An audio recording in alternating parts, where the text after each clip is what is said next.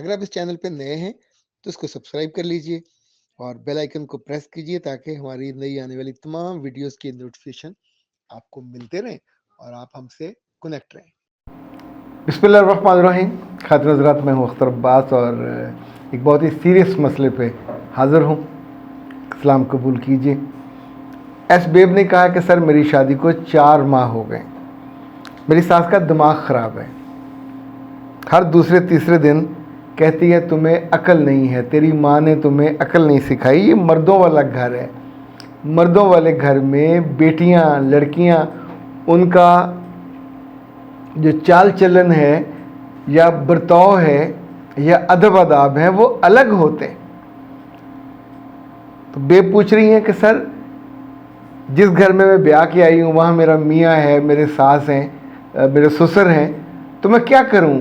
यानी मुझ में क्या कमी है, क्या कोताही है जो मुझे ये कहती हैं कि तुम कम अकल हो, तुम्हारी माँ ने तुम्हें कुछ सिखाया नहीं। दूसरा उन्होंने कहा कि मेरे मियाँ को भी मुझ पे एतराज़ है, वो कहते हैं तुम्हारे अंडर आर्म्स स्याही माइल क्यों हैं, और मैं दोनों तरफ से बहुत परेशान हूँ। बेटा जी, पहली बात तो ये है कि जो आपकी सास आपको कहती हैं तो सास माँ जैसी होती है।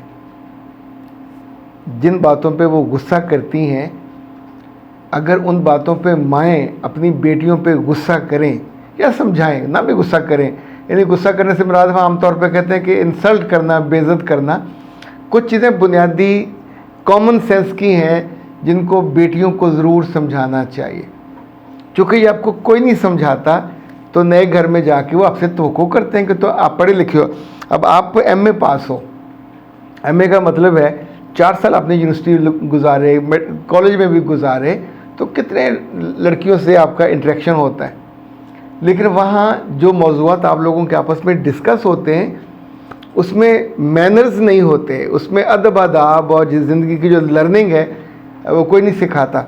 अब जो मैं गेस कर रहा हूँ, और चूँकि मेरा गेस मेरे मुशाहदे और मुताले की वजह से है, वो ये कि सास आमतौर पे बहू पे या बेटी पे जिस बात पे नाराज़ होती है, जहाँ मर्दों वाले घर का मतलब है कि वहाँ दो, एक तो मर्द होंगे, जेठ हो सकता है, 2 देवर हो सकते हैं, बहनोई हो सकता है, सास तो ससुर तो है ही है, कोई ना कोई नौकर भी होगा। तो इसका मतलब हुआ कि वहाँ लड़कियों की कोई चीज़ तारों पे टंगी हुई नज़र नहीं आनी चाहिए। कोई चीज़ से मतलब उनके अंडर गारमेंट्स, आपके अंडरवियर्स, आपका ब्रा, कोई चीज़ जो धुले तो धुलने के बाद वो मर्दों के हाथ में या उनकी निगाहों के सामने नहीं जानी चाहिए।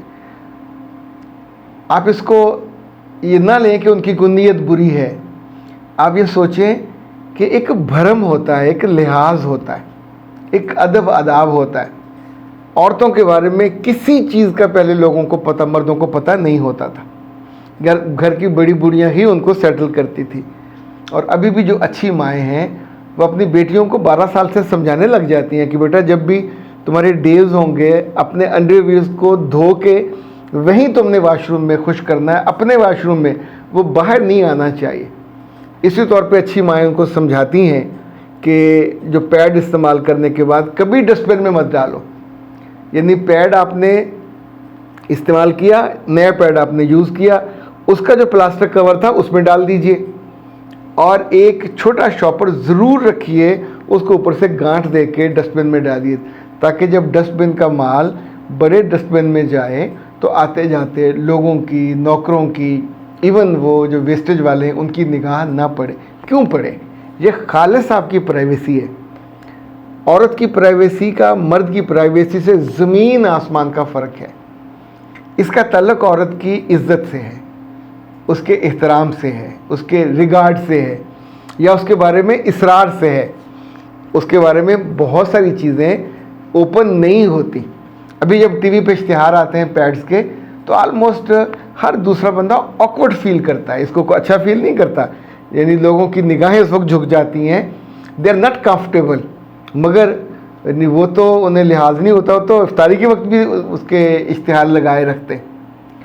ये जो प्राइवेसी थी, ये प्राइवेसी हमेशा आपकी इज़्ज़त को बढ़ाती है। तो जब आपकी अम्मा यानी सास कहती हैं कि तुम कम अक्ल हो या तुम्हें तुम्हारी माँ ने सिखाया नहीं, मेरा गेस ये है कि वो आपकी प्राइवेसी में जो चीज़ें आप अच्छा ऐसी तौर पे याद रखिएगा, माई ने आपने मशीन लगाई, कपड़े धोए, धो के सब तार पे डाल दिए, तो तारें आमतौर पे कहाँ होती हैं? सेहन में होंगी, साइड के कॉरिडोर में होगी, छत पे होगी। तो जितने मर्द हैं वहीं से गुजरेंगे, या बाज़ बार तारों के बीच में से गुजर रहे होते हैं और वहाँ आपके ब्रॉ लटक रहे होंगे, तो इट लुक और ऑकवर्ड, ये किसी तौर पे सेंसिबल नहीं होता। या यानी हमने बड़ी बूढ़ियों को देखा कि अगर वहाँ डालना ही और जगह नहीं है तो उसके ऊपर वो जो दुपट्टा को धोया हुआ होगा वो पतला होता है, तो वो उसके ऊपर डाल देंगे ताकि वो छुप जाए, ना उसकी हैत किसी को नज़र आए। आम तौर पे मर्दों के बारे में ये याद रखिएगा, ये विजुलाइज चीज़ों को करते हैं, चाहे सगे रिश्तों के बारे में हो, आप उनको विजुलाइज करने से नहीं रोक सकते। विजुलाइज करने से नेगेटिव चीज़ें, नेगेटिव फीलिंग इंसान के दिमाग तो शैतान का घर है, तो हम क्यों शैतान को वहाँ आने दें? तो कुछ चीज़ों का ख़ास तौर पे अपने अंडर गारमेंट्स को तारों पे मत लटकाइए, अपने बाथरूम में डाल लिया करें। इसी तौर पे पैड्स का बहुत ख्याल कर लीजिए। और मेरा ख्याल है आपकी सास आपको कहने से बाज आ जाएंगी कि तुम कम अकल हो। मेरे बच्चे को थोड़ा सा आप समझदारी से काम लेते, क्योंकि माएँ समझती हैं कि बच्चियाँ बड़ी हो रही हैं, उनको समझ है, पर बच्चियाँ इस मामले में समझदारी का सबूत नहीं देती। इसी तौर पे एक और मैं आपको गुजारिश करूं कि मर्दों में और औरतों में बहुत बुनियादी फ़र्क है। यानी औरत के किसी कपड़े पे ज़रा सा दाग लग जाए तो कोई तीसरा बंदा देखे या तो खातून भी देखे, उसका मजाक उड़ता है, उसकी बेवकूफ़ी का, हमाकत का। सो आपने और आपके बड़ों ने उसके लिए 10 तरीके रखे हुए हैं। पैड यूज़ करते हैं, अंडर वियर यूज़ करते हैं ताकि कोई दाग कपड़े पे ना लग जाए।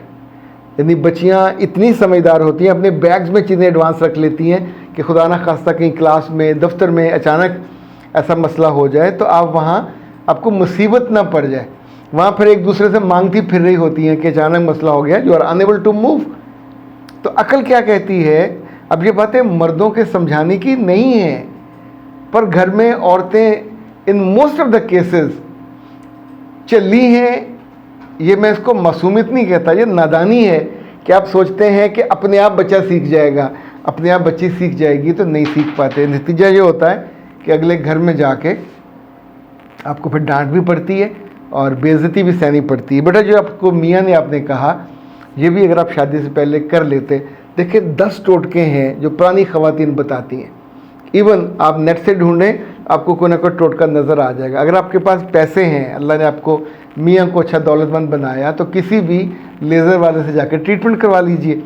और एक तीसरा भी है, आप जैसे PRP है, ये प्लाज्मा लगने के बाद वो जो रंग है उसका बेहतर हो जाता है।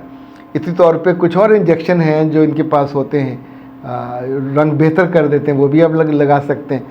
ये भी नहीं करना तो फिर आप ये पाकिस्तान हर्बल वालों से मंगवा लीजिए। ये वो जो बच्चियाँ हिलना नहीं चाहती या एफर्ट नहीं करना चाहती, उनके लिए एक बना बनाया शानदार तोहफा है। It's under garments under arms whitening mask, 100% pure and natural, और पाकिस्तान हर्बल ने इसको बनाया है। 250 ग्राम का है। इसको आपने कच्चे दूध के साथ इस्तेमाल करना था दिन में 2 दफ़ा, और उसके बाद आपको ये साथ गिफ्ट मिलेगा रोज़ वाटर। इसकी स्प्रे करके आपने उसको फिर धीरे धीरे वहाँ से जो उसका एरिया वो वाला है, स्पेसिफिक एरिया, वो इंशाल्लाह हम रंग हो जाएगा बाकी जिस्म के। तो प्यारी लड़कियों, आपस में जब बैठते हो तो एक दूसरे को थोड़ा अदब अदाब, मैनर्स, जिसमें आपकी शख्सियत की खूबी, खूबसूरती, बाज़ दफ़ा इस बात पे भी डांटें पड़ती हैं ससुराल में कि लड़कियों को पता ही नहीं होता कि उनके जिस्म से हमक आती है। सो वो कोई डिओड्रेंट यूज़ नहीं करती, कोई और क्रीम यूज़ नहीं करती। तो वहाँ जाके ये बातें बहनों को बतानी चाहिए, माओं को बतानी चाहिए कि जिसके साथ बैठे हो, दोस्तों को बतानी चाहिए कि तुम अगर नहाने में देर करते हो, तुम अगर कपड़े बदलने में देर करते हो या अपने जिस्म का एहतियात नहीं करते, तो जो बात दूसरा फील करे। अंग्रेज़ी का एक मुहावरा है, अक्लमंद वो है जो अपनी गलती खुद महसूस करे, वरना लोग तो महसूस करते ही करते हैं। तो तब फिर आपकी अकल नहीं रहती, फिर आप वहाँ लोगों के सामने इडियट कहलाते हैं। अख्तर अब्बास को दीजिए इजाज़त। अस्सलाम वालेकुम।